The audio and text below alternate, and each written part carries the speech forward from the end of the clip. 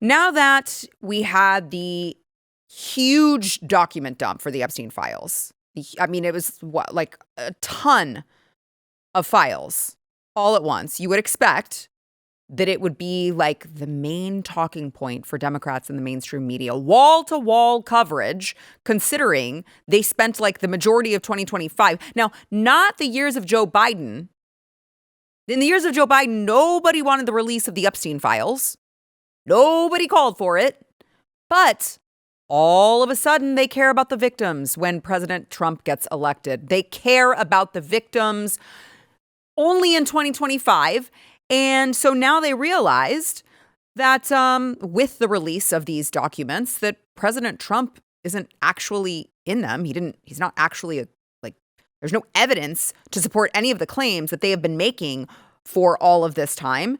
And so now, crickets, seemingly, which if I were a victim, I would be extremely offended that the Democrats don't actually care about the victims. They don't ever actually care about the victims in any circumstance. Like, they never care about the true victims. They only care about their politically motivated goals.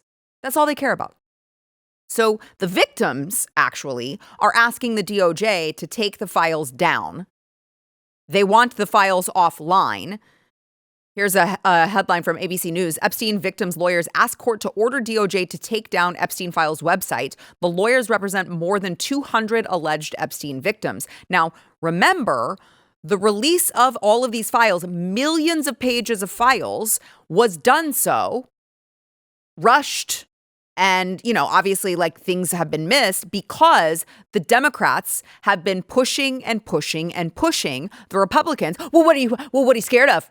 Well, what are you hiding? Well, why don't you want to release them? Now, all of a sudden, the Democrats, again, are like, we just care about the victims.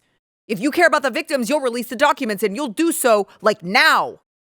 So the DOJ, in the scramble to try to meet the timeline, meet the deadline request that the Democrats just had to have, of course, made some mistakes. And mistakes shouldn't be made, but they are what they are. They're mistakes. And identities of some victims were not properly redacted in some of the pages because of the scramble, because of the Democrats' push, because they claim they care about the victims, but they clearly don't. They didn't care about any of that. So there were some pages that were not properly redacted. And then, let's throw up this headline here. The government published dozens of nude photos in the Epstein files, and they showed some young women, possibly teenagers, including their faces. Now, the DOJ, to their credit, worked to fix it, but this was what they kept saying, and I got that part of it, right? I understood the part when there was an Epstein. Remember, we've gone back and forth on whether or not there are Epstein files. When there were Epstein files at the beginning of this, and they said we need to make sure that it is done in a way that does not actually, show victims who don't want to be shown, that it doesn't show young girls, underage girls, that it doesn't show people who are not actually being accused of any crimes. There's no evidence that they committed any crimes. They probably have a right to keep it's like, oh, Jeffrey Epstein, sent an email about someone. They didn't do anything wrong. It's just, there could have been a better way to do this. There could have been a better way. But the Democrats said, you're breaking the law by not releasing the files, DOJ. You have to release the files right now. And this is the end result of that. Now, all of that being said, I do want to go through some of the key players here. Some may be out of left field, some not. Some we've known for a very long time have been in the inner circles with Jeffrey Epstein, including Bill Gates. I regret to inform you, I'm going to give you a headline that is rather disgusting, but I'm going to have to give it to you anyway. Jeffrey Epstein says Bill Gates caught sexually transmitted disease from, quote, Russian girls, then suggested secretly slipping Melinda antibiotics, new emails and DOJ release claim, which is actually, it's like, it is so crazy to me that the man who wanted to force everyone, wanted to make sure you got your injection, wanted to make sure that, everyone was masked. I can't remember how many times Bill Gates went out on CNN and MSNBC and he was like, you better mask up. Bill? You could have covered yourself up. Just the same way you're asking people to cover their mouths, you could have gave your ding-a-ling a mask. Maybe prevented yourself from giving your wife an STD. Sarah, maybe he used one of those masks and that's why it didn't work. He used the wrong mask. It was so effective in the first place. Instead of using the latex mask, he used the wrong one. So this is so disgusting. Oh gosh, but I have to read it. These people, this is what I'm saying, okay? This is why it's important, because Bill Gates, again, whenever there's some sort of a transmittable disease or a pandemic or whatever, why the hell is Bill Gates out there giving medical advice? Why are we supposed to trust this guy? Who is he? He's not even an MD. So it never even made sense for him to be doing that. But then you have to know the character of the people who are going out there and lecturing you on making sure to inject yourself with the forced vaccination. All right, let me give you, these are draft emails that Epstein sent to himself, which are like drafts of a letter intended to be sent by Bill Gates, then top advisor Boris Nikolic, around his resignation from Gates Charitable Foundation. So it says, I cannot believe that you have chosen to both disregard and discard our friendship developed of over the last 6 years. To add insult to injury, you then subsequently, with tears in your eyes, implore me to please delete the emails regarding your STD. Your request that I provide you antibiotics that you can surreptitiously give to Melinda, and and the description of your penis. You also made it clear to me that I am not to refer to redacted, as that is another topic that must remain between the two of us. So, imagine you're resigning and you're like, oh, you're asking that I delete the emails regarding your STD, the antibiotics that you wanted to slip to your wife, and the description of your penis? Not so, sir. I have decided to resign my position effective immediately with BG3 and the Bill and Melinda Gates Foundation. I have not come to this decision quickly or without a great deal of thought. During the past few weeks, I've been caught up in a severe marital dispute between Melinda and Bill, from helping Bill to get drugs in order to deal with consequences of sex with Russian girls, to facilitating his illicit trysts with married women, to being asked to provide Adderall for bridge tournaments. I feel I owe it to my friends and future colleagues to admit a moral failure, to ask forgiveness, and to move on with my life.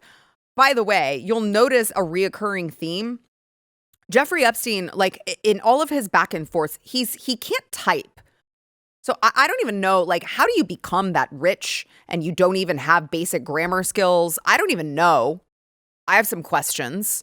But that's a reoccurring thing, is there are just so many different errors in everything. It makes it almost really difficult to read, actually. So another, I want to say revelation, I will just say it's still a little bit unclear, is that Elon Musk is heavily in the Epstein files. Now, if you go to Elon Musk's X account, he paints a little bit different picture than what is being painted by these emails. But let me just give you what we know. So Elon Musk wrote to Jeffrey Epstein in 2012 about coming to the island. And Jeffrey Epstein asked how many people would be on the helicopter to the island. And Elon said probably just Tallulah, who is his ex-wife, and me, what day or night will be the wildest party on your island. Now, knowing Elon, you're like, I don't know that's not enough for me.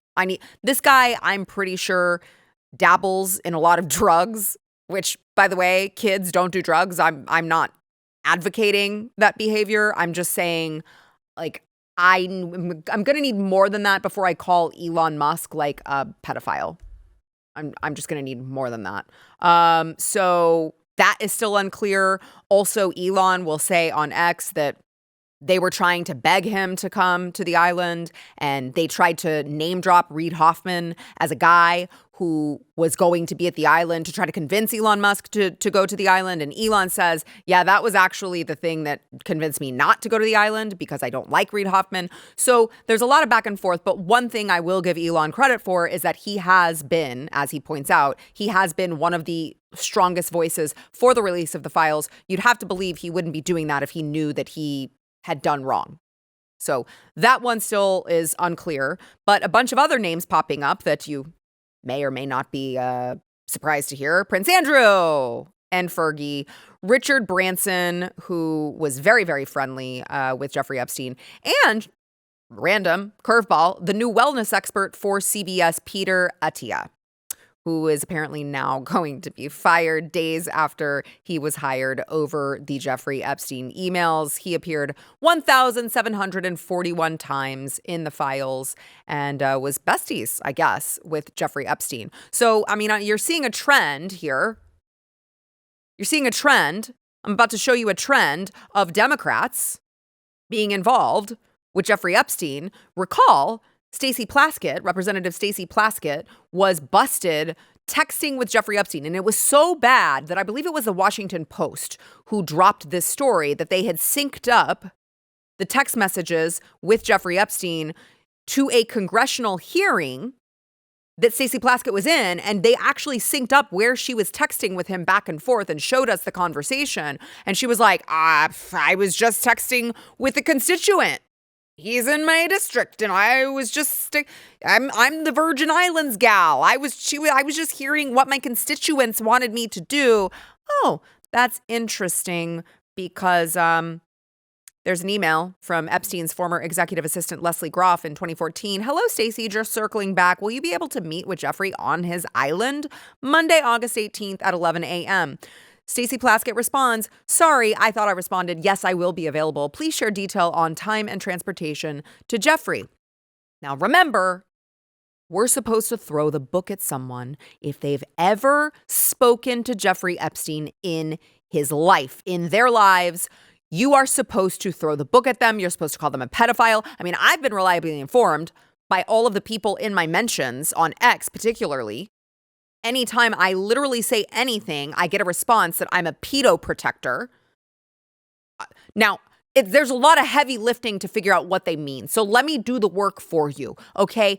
They say that because Donald Trump took so long to release the Epstein files, that he must be protecting pedophiles, even though they scrambled to get this done. And then they scrambled so much to get it done at the Democrats' request that they made mistakes that harmed people. And now I've been reliably informed that if you've ever spoken to Jeffrey Epstein, you must be a pedophile or a pedophile protector. Looking at you, Stacey Plaskett. And the interesting part about all of this is, do you know who hasn't been found to have gone to the island with Jeffrey Epstein yet? Donald Trump. Yeah, After all the kicking and screaming and claiming that Donald Trump is a pedophile and then claiming that Donald Trump is a pedophile protector, they still didn't get anything on this man. Now, they risked, exposing victims who didn't need to be exposed, didn't deserve to be exposed, but they just wanted to get Donald Trump. Well, here you have it. He's not in there. He didn't go.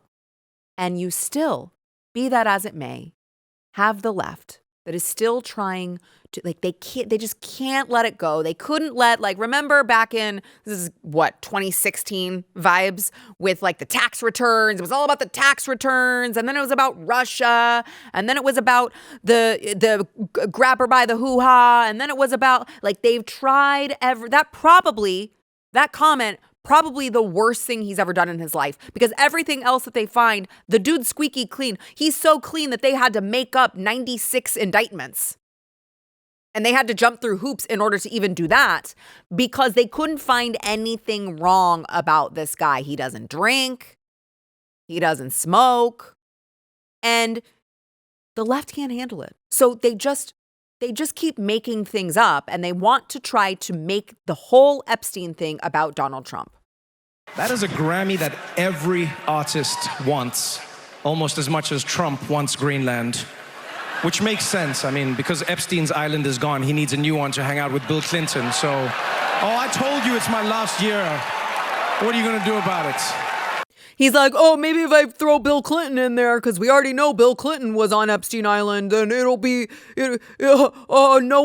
will think that it's true. Well, Trevor Noah, I hope President Trump sues you. And by the way, he is threatening to do so. He said the Grammy Awards are the worst on Truth Social. Virtually unwatchable. CBS is lucky not to have this garbage litter their airwaves any longer. The host, Trevor Noah, whoever he may be, is almost as bad as Jimmy Kimmel at the low-rating Academy Awards.